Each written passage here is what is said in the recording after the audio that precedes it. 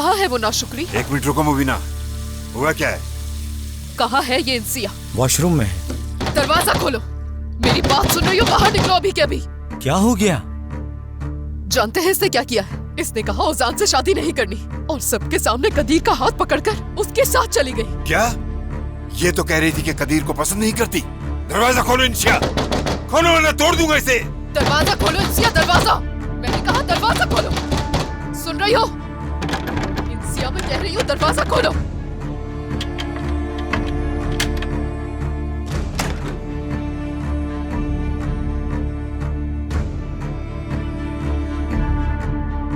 ऐसा करने की तुम्हारी हिम्मत कैसे हुई? हाँ, क्या किया है तुमने?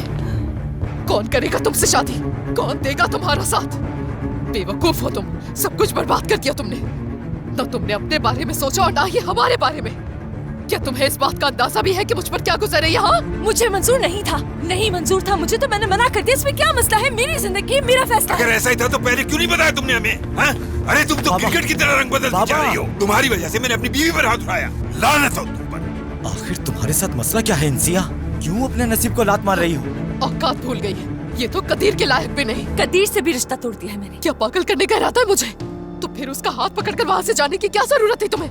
इंसिया, सब कुछ बर्बाद कर दिया तुमने। जहाँ नौकरानी थी वही बहू बनने का मौका मिल रहा था तुम्हें, लेकिन अब दोनों मौके गवा बैठी हो तुम। आप अपने बारे में सोच रही हैं, मेरी जिंदगी के बारे में हरगिज़ नहीं। तो बस बहुत हो गया, मेरी जिंदगी है, मुदाखलत करना बंद कर दे। अच्छा तो ऐसा है? और क्या? ठीक है, तो फिर तुम्हें यहाँ रहने की कोई जरूरत नहीं है। निकल जाओ। क्या कर रही हैं? निकलो यहाँ से। चलो यहाँ से बाहर। क्या कर रही हैं आप? तो तुम्हारे ट्रायल अब पलट कर मेरे घर में वापस मत आना। मुबीना, ये सही नहीं है। अली तुम बीच में मत बोलो। कोई तुम्हारे बारे में नहीं सोचेगा। जब तुम अकेले दर दर की ठोकरें खाओगी ना, तब तुम्हें पता चलेगा।